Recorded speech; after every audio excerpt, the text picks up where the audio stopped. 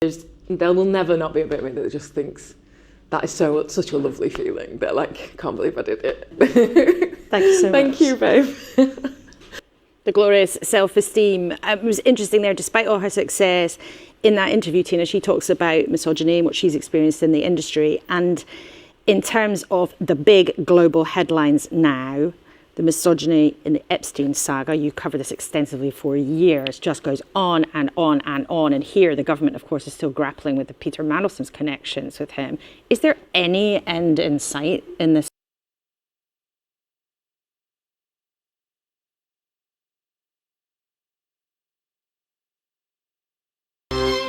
Morning. And as the war passes its 2-week mark, let's start, as we always do, with what is making the news. Well, another very busy weekend for us. Welcome to all three of you. Piers, you're someone who has had lots of interactions with Donald Trump.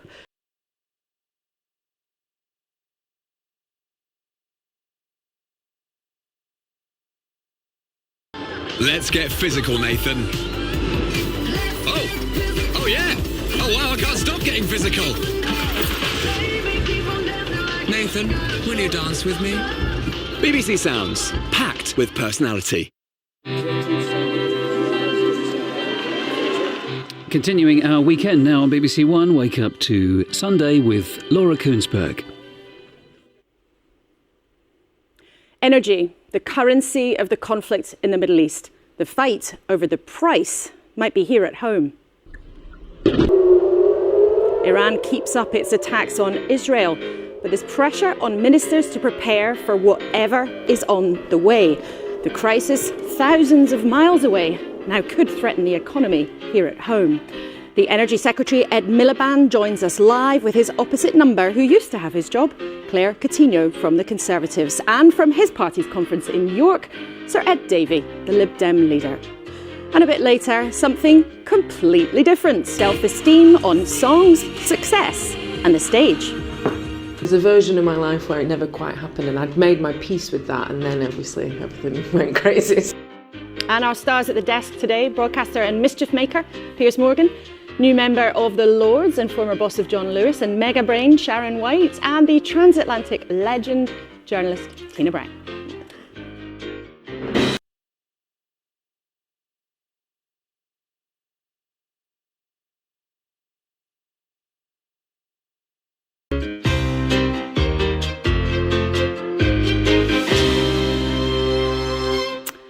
Piers, you're someone who has had lots of interactions with Donald Trump.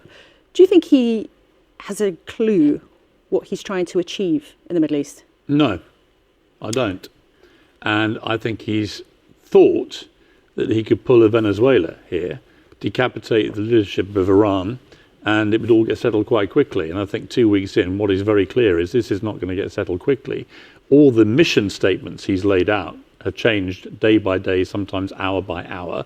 It was going to be regime change. It was going after the nuclear capability, which we'd been assured only 10 months ago had been dismantled already, et cetera, et cetera. And I think that what you've got is a very interesting war. Obviously, all wars are interesting, but particularly interesting here, where you've got the tremendously overwhelming superiority of the American and Israeli military combined, which is bigger than anything we've ever seen probably on planet Earth, up against the Iranians, who have played a very different strategy. They've gone after a war economically, and they've been very successful so far by controlling the Strait of Hormuz and by attacking its neighbouring Gulf states in the touristy areas.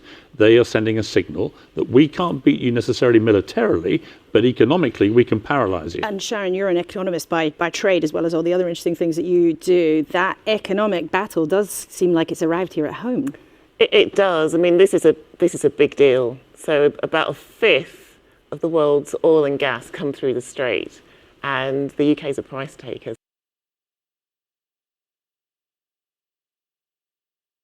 Actually, your bills most of us, our bills are pretty fixed until the end of June. Come the summer, you could see bills rising from maybe £1,600 to £1,800. Most businesses, about 10% of our costs are fuel. So this is it's a shock potentially on the scale of COVID, on the scale of Ukraine. And that's a huge concern for people here at home. But Tina, you write about American politics all the time. You're a Substack Fresh Hell. For Donald Trump, what would change his calculation about for how long to stay in and when to pull out?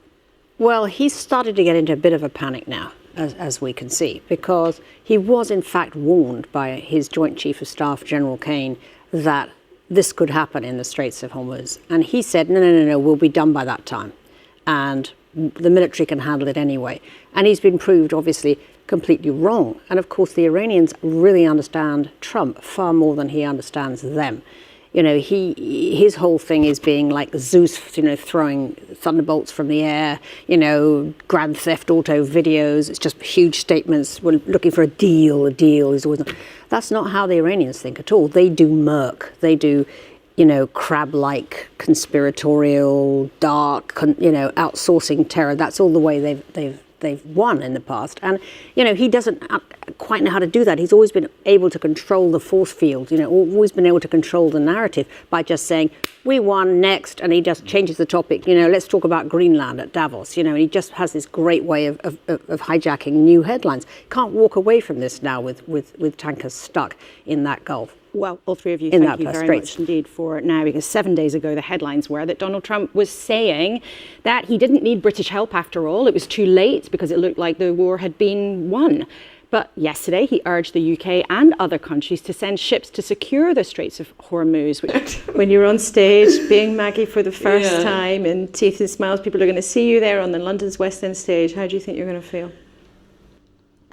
I think I'll love it. I do. The preview started last night, and I was worried that, rationally I'm fine, but emotionally your body doesn't agree with you, and that didn't happen last night. So her self-esteem has given us not just pop anthems for the 2020s, but her bluntly honest take on life, love, and the universe. She's had a blast of success, nominated for a Brit Mercury Prize and playing at Glastonbury, but now Rebecca Lucy Taylor, to use her real name, is heading to London's West End stage, playing a once rebellious fictional 70s rock star, now broke and disillusioned, in the play Teeth and Smiles. I asked Rebecca why she thinks she's had so much success.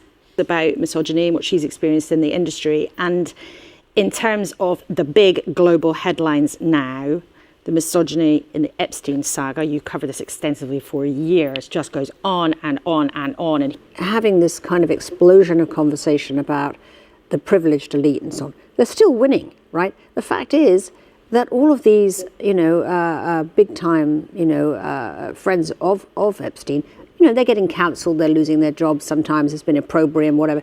No one has been arrested. There's been no actual arrest of any person who slept with an underage girl. And it now turns out that, contrary to what he's tried to portray to us all, that he was given specific guidance by the internal investigation before he appointed him. Look, there are a lot of issues here, right? This relationship clearly went on longer than people thought and so on.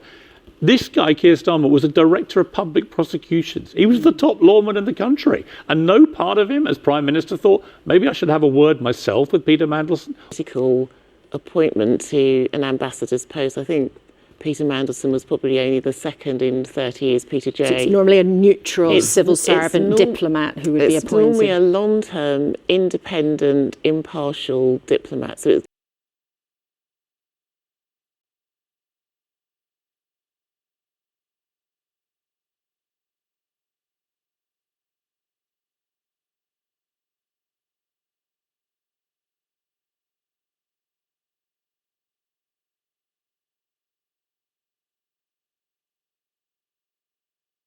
your first outing with your new hip. You are my first accent. Media appearance live with my new hip and these lovely crutches. I was wondering if you were going to wave them around. Which have breaking news. Not Very happy with those, but yes, just a terrible personal pain.